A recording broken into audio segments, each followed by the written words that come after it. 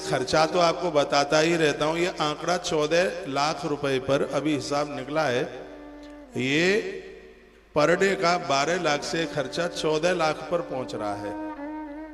तो इसके लिए ये नहीं है कि हमने कहीं ऋण, कहीं हमने कर्जा निकाला है। एक बहुत आनंद की बात है कि तुलसी तपोवन गौशाला के ऊपर इस समय किसी का भी ऋण नहीं है। ऋण मुक्त है गौशाला, भगवान की कृपा से, गौ माता की कृपा से। अब आप यह विचार कीजिए कि इस गौशाला से कितने लोग जुड़े होंगे, कितने लोग सहयोग करते होंगे, जहां प्रत्येक दिन 14 लाख रुपए का डोनेशन दे करके और इस गौशाला को इतना आगे लेके जा रहे हैं। ये 14 लाख रुपया पर डे खर्च हो रहा है तो तभी तो हो रहा है कि जब आप सहयोग कर रहे हैं। और इस सहयोग में एक बहुत बड़ा योगदान गौ अक्षय वृत्ति सेवा वालों का है। जोर से तालियां बजा दो गौ अक्षय वृत्ति सेवा वालों।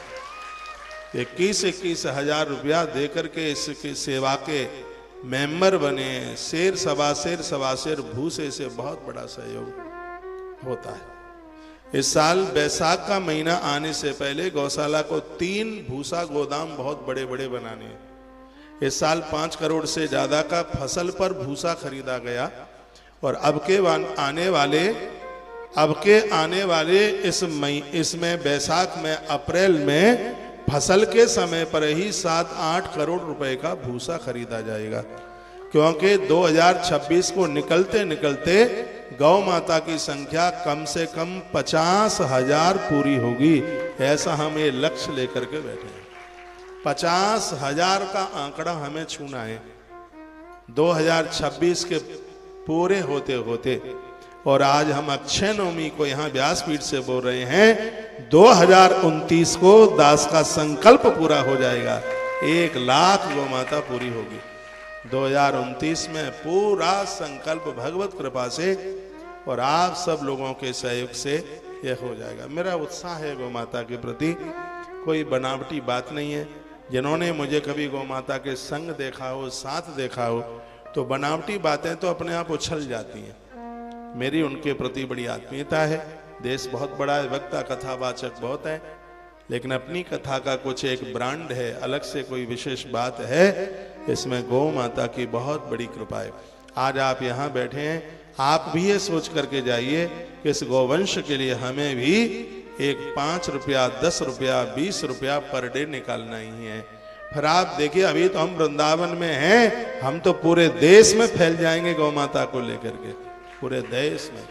आज मैं आपको बता नहीं सकता कि संस्था के नीचे आने वाले समय में कितने ज्यादा गौवंश की व्यवस्था की जाएगी।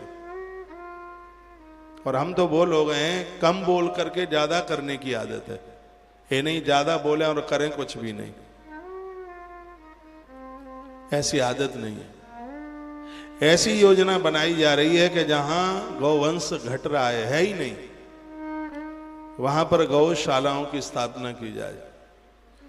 अभी मैं मां नर्मदा की परिक्रमा में था, ये सुनकर के हैरानी होती है, हमें दूध नहीं मिला के देसी गाय का। नारियल पी पी करके निकाल के आए, 5-6 दिन जुखाम ने घेर लिया, तो पूरे पुष्कर की कथा में ना की टपकती रही,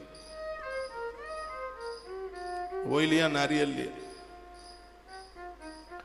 भारत जैसे पवित्र देश में देसी गैया नहीं मिलेगी तो फिर कहां मिलेगी।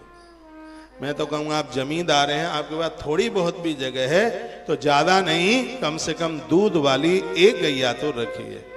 गौ माता का दूध, दही आप सबको। मैंने फेसबुक पर आज एक छाछ को लेकर, मट्ठा को लेकर वीडियो डाली है, उसको आप सुन लीजिएगा कि इस गौ माता की एक एक चीज अपने आप में कितनी प्रभावशाली। आइए अब मैं आपको कथा से जोड़ दूं, टाइम ज्यादा हो गया है। ये तो मैंने आपको बात बोली है भगवान के विवाह को लेकर के। ठाकुर जी का विवाह कीजिए।